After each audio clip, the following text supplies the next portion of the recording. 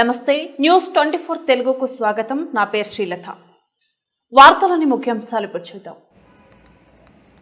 Visakha steel ప్లాంట్లో ప్రభుత్వ యాజమాన్యాలు ప్రకటించిన ఈఓఐ ఉపసంహరించుకోవాలని, తద్వారా ఏర్పడే ఉపాధి రక్షణకై ఉద్యమించాలని విశాఖ ఉక్కు పరిరక్షణ పోరాట కమిటీ ప్రతినిధులు పిలుపునిచ్చారు. నేడు కుర్మన్నపాలెం స్టీల్ ప్లాంట్ ఆర్చి వద్ద విశాఖ ఉక్కు పరిరక్షణ పోరాట కమిటీ ఆధ్వర్యంలో మహాధర్నా నిర్వహించారు. దీనికి స్టీల్ సిఐటియు గౌరవ అధ్యక్షులు జె అయోధ్యరాం అధ్యక్షతన నిర్వహించారు. ఈ సందర్భంగా రాష్ట్ర సిఐటియు ప్రధాన కార్యదర్శి సిహెచ్ నరసింగరావు మాట్లాడుతూ విశాఖ స్టీల్ ప్లాంట్ చరిత్ర పోరాటాలతో ముడిపడి ఉందని ఆయన వివరించారు. ఆ పోరాట ఫలితంగానే నేడు దేశవ్యాప్తంగా ఉన్న పాలక ప్రతిపక్ష నాయకులు ఈ ఉద్యమాన్ని గౌరవిస్తున్నారని ఆయన అన్నారు.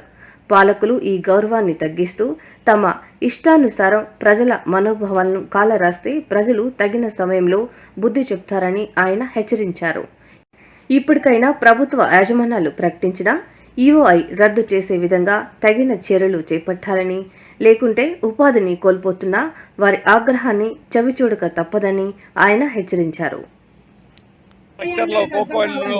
అది కేవలం స్ట్రక్చర్ సక్రమంగా లేనందువల్ల కార్మికుడు పడి అక్కడ చనిపోయాడు. ఎందుకంటే మెయింటెనెన్స్ లేదు. ఆపరేషన్ రేపు మొత్తం పనులన్నీ బూడ్చే దగ్గర నుంచి స్కిల్డ్ అన్స్కిల్డ్ మొత్తం ఇంజనీర్ ఆఫీసర్లు పనులు కూడా వాళ్ళకి అప్పచెప్పాలని ప్రయత్నం చేస్తున్నారు. కానీ నువ్వు ఆ రకంగా అప్పచెప్పి ప్యాకేజ్ అనేటువంటిది ఇచ్చి ఇక్కడ ఉన్న వాళ్ళందరికీ లేకుండా ఉంటే వీళ్ళు నిద్రపోతా ఉండరు, ఖచ్చితంగా తిరగబడతారు ఎవరైనా. అందుకని నీ ప్యాకేజ్ వల్ల ఏం ఉపయోగం అనేది జరగదు. స్థానిక ఎమ్మెల్యే అయినటువంటి పల్లా శ్రీనివాస్ గారు చెప్పిన విషయం 32 విభాగాలు ప్రైవేటీకరణ జరిగింది, దాని ద్వారా మొత్తం అందరికీ కొంచెం ఇబ్బంది అవుతుంది అని మీరు అన్నారు కదా సార్. అది 32 విభాగాలు 30 సంవత్సరాల కింద జరిగింది అని ఆయన అంటారు సార్. దాని మీద మీ స్పందన ఇప్పుడు జరగల 30 కాదు 40 ఏళ్ళు స్టీల్ ప్లాంట్ పుట్టిన దగ్గర నుంచి ఈ పనులు మెయింటెనెన్స్ ఆపరేషన్ ఈ పనులన్నీ కూడా పర్మనెంట్ ఉంటుంది. లేకపోతే వీళ్ళు ఏం చేస్తారు? రేపు వీళ్ళు ఎవరు అక్కడికి వెళ్ళడానికి లేదు. టోటల్ ఆ విభాగంలో ఉండేటువంటి ఉదాహరణకు RMHP raw material handling plant, ఇందులో కోల్ బెల్ట్ ఉంటుంది, ఓవర్ బెల్ట్ 2 బెల్ట్లు ఉంటాయి. మొత్తం పనులన్నీ కూడా మెయింటెనెన్స్ ఆపరేషన్ ఎలక్ట్రికల్ పనులన్నీ ఆ కాంట్రాక్టర్ ఇస్తారు. వీళ్ళు చేసేది ఏమి ఉండదు. 30 ఏళ్ల నుంచి చేస్తే వీళ్ళు ఉండరు కదా ఇక్కడ. వీళ్ళు ఎలా ఉంటారు? 30 ఏళ్ల నుంచి వీళ్ళు చేయలే. ఇక్కడ ఉన్న కాంట్రాక్ట్ వర్కర్లు పర్మనెంట్ ఆఫీసర్లు చేశారు. ఇప్పుడు ఈ పనులన్నీ తీసి ఇంకో కాంట్రాక్టర్ ఇతర రాష్ట్రాల నుంచి వచ్చే కాంట్రాక్టర్కి ఇచ్చి ఈ కాంట్రాక్టర్ 30 మందిని కలిపి ఎవడో వాళ్ళు అనుకున్న ప్రైవేట్ వాడికి అప్పచెప్పాలి. అది వాళ్ళ ప్లాన్. మీరు అంటున్న ఈ అప్లికేషన్స్ అన్ని కూడా మరి ప్రభుత్వం దృష్టికి మీరు డైరెక్ట్ గా ఎవరి ద్వారా తీసుకెళ్ళట్లేదు. చేసేదే ప్రభుత్వం, మోడీయే చేసేది, కిందోళ్ళు కాదు, వాడీడు కాదు. మేము నిర్మలా సీతారామన్ దగ్గరికి వెళ్ళి మాట్లాడాం. నిర్మలా సీతారామన్ ఒక్క ప్రధానమంత్రి తప్ప మిగిలిన మినిస్టర్లని ఎవడైనా కలిసాం.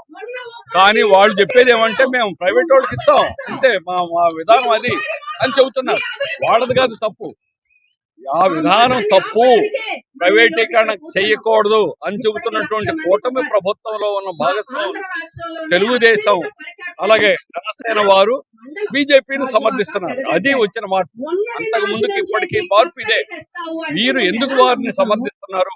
మీరు ఇతర విషయాలు ఉంటే సమర్థించుకోండి, కానీ స్టీల్ ప్లాంట్ మీరు ఆల్రెడీ ప్రైవేట్ కాకుండా కాపాడతాం అని ఎన్నికల్లో మీరు నెగ్గారు. మీరు నెగ్గడానికి కారణం అదే.